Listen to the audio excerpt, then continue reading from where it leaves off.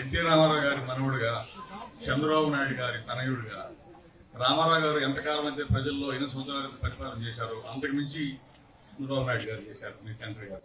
వారికి మించి యువకులుగా మీకు పోరుడు భవిష్యత్తు ఉంది. వారికి మించి ప్రజల్లో మీరు సేవ చేయడానికి ఎన్నో మంచి కాన్షియన్స్లు ఉన్నప్పటికీ కూడా, అలవోకగా గెలిచే కాన్షియన్స్లు ఉన్నప్పటికీ కూడా, మొట్టమొదటి మంగళగిరి అని చెప్పేసి ఎలా అనుకున్నారో, దెబ్బ తగిలినా కింద పడ్డా గానీ నేను మీ బిడ్డనని చెప్పేసి మీరు ఇక్కడే ఎన్నుకున్నారు. దాన్ని మంగళగిరి ప్రజానికం, యువన ప్రజానికం పూర్తిగా ఆబాల గోపాలను అర్థం చేసుకుంది. మీరు ఈ భవిష్యత్తులో ఈ పిల్లలందరికీ మీరు చేయాల్సిన మొట్టమొదటి కార్యక్రమం ఏంటంటే, మంగళగిరి కేంద్రంగా మీరు ఒక కంప్యూటర్ సెంటర్ పెట్టుకొని, మామూలుగా ఆపరేటర్స్ పెట్టుకొని, చదువుకున్న 10th క్లాసు ఆ పైన పీజీ దాకా చదువుకున్న పిల్లలందరికీ కూడా మీరు అందులో కంప్యూటర్లో వాళ్ళ యొక్క బయోడేటా తీసుకుని, వాళ్ళ పేర్లు, వాళ్ళ గ్రామం, వాళ్ళ అన్ని కూడా వివరాలు పెట్టుకొని, మీరు తెలుసుకుంటే కాందేం కాదు, మీరు రాష్ట్రం మొత్తం కూడా మీ పార్టీలో కానీ ప్రభుత్వం కానీ మీ స్థాయి అంటూ అందరికీ తెలుసు ఇక్కడ ఉన్న గ్రామస్తులకి. కాబట్టి ప్రతి ఇంట్లో కూడా ఒక ఉద్యోగం కనిపిస్తే ఆ ఇంటికి మనం ఎంత సహాయం చేసినా కానీ దీనికంటే తక్కువ సహాయం అవుతుంది.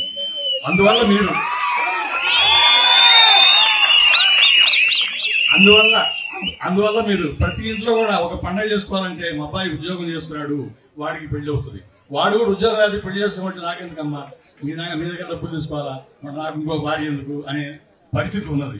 కాబట్టి మీరు ఎట్లాగో గ్రామాలు అభివృద్ధి చేస్తున్నారు, మీ ప్రణాళికలు మీకున్నాయి. ఇది ఒక అట్మోస్ట్ ప్రణాళికగా దీన్ని తీసుకొని మీరు ప్రతి నిరుద్యోగికి, మీరు వివిధ కంపెనీల్లో మీ చేతిలో బోర్డు ప్రైవేట్ కంపెనీలో యాజమాన్యం ఉంది, వాళ్ళకు కూడా సరైన యువకులు కావాలి, ఉద్యోగం చేసేవాడు, దానికి తగ్గట్టుగా చదువుకున్నాడు, ఆ స్కిల్ నైపుణ్యవాడు కావాలి.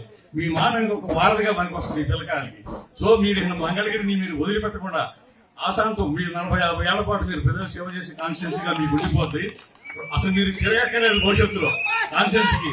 నాన్నగారు ఎల్లాది కుప్పలో నామినేషన్ చేయడానికి కూడా ఎవరినో దూతను పంపారు, మీరు ఆ విధంగా పంపే రోజు రావాలని మీరు మనస్ఫూర్తిగా కోరుకుంటూ విరమిస్తున్నారు. 18 నామినేషన్ నా తరఫున మీరందరూ వేయండి, నో ప్రాబ్లం. అన్నా మీరు ఇంటికి ఒక ఉద్యోగం అన్నారు అంటే నియోజకవర్గంలో 90,000 గడపలు ఉన్నాయి, నాకు డేటా ఉంది. ఎందుకంటే మా బాబు షూరిటీ, భవిష్యత్తు గ్యారంటీ, బాబు సూపర్ 6 కార్యక్రమాలు ఎవరు చేస్తున్నారు ఎవరు చేయడం నాకు తెలిపోతుంది. అందుకే నేను చూసాను 90,000 గడపలు. 90,000 ఉద్యోగాలు తీసుకురావాలంటే ఒక్క టర్మ్ సరిపోతుంది. అంటే వాస్తవం చెప్తాను, 90,000 ఉద్యోగాలంటే 2-3 టర్మ్, కనీసం 2 టర్మ్లు పడుతుంది. కానీ నా ఆలోచన ఏంటంటే, మంగళగిరికి కొన్ని ప్రత్యేక పరిస్థితులు మీరు చూస్తే స్వర్ణకారుల వృత్తిపైన ఎక్కువ మంది ఆధారపడి ఉన్నారు మన మంగళగిరి పట్టణంలో. నా అంచనా ప్రకారం 25 నుంచి 30,000 మంది ఆ ఒక్క వృత్తిపైన ఆధారపడి ఉన్నారు. సో నేను ఆలోచించేది ఏంటంటే, ఎందుకు దక్షిణ భారతదేశానికి స్వర్ణకారులు అంటే జ్యువెలరీ మేకింగ్ కి ఎందుకు మంగళగిరి కేర్ ఆఫ్ అడ్రస్ అవ్వకూడదు?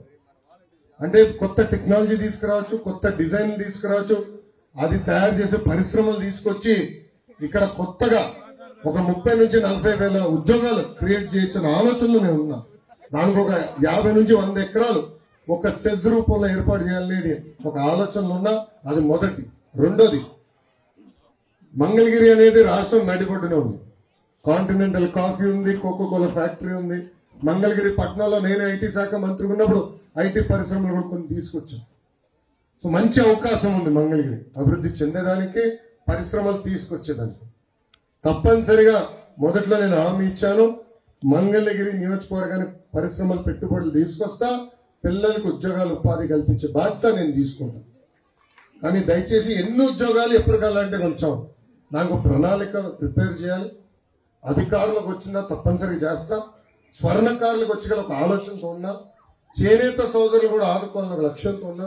ఎందుకంటే మగ్గాలు తగ్గిపోయినాయి, కొత్త జక్కాట్ డిజైన్స్ ఎందుకు తీసుకురాకూడదు ఇక్కడ ఒక ఆలోచనతో ఆల్రెడీ నేను వీవర్సాల ఏర్పాటు చేశా, టాటా సంస్థ తీసుకొచ్చాను, ఒక ప్రయోగం చేస్తున్నాం.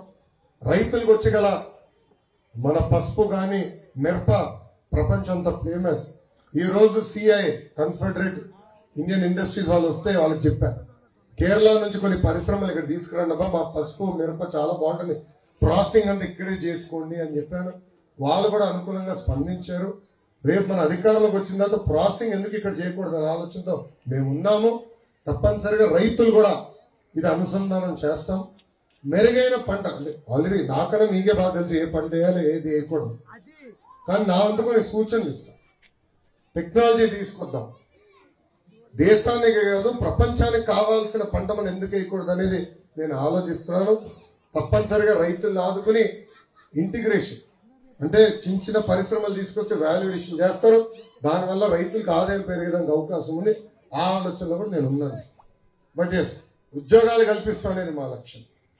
మా 3 పార్టీ లక్ష్యం ఉద్యోగాల కల్పన. 20 లక్షల ఉద్యోగాలు అనేది మేము టార్గెట్ గా తీసుకున్నాం. అదొక బాధ్యతగా మేము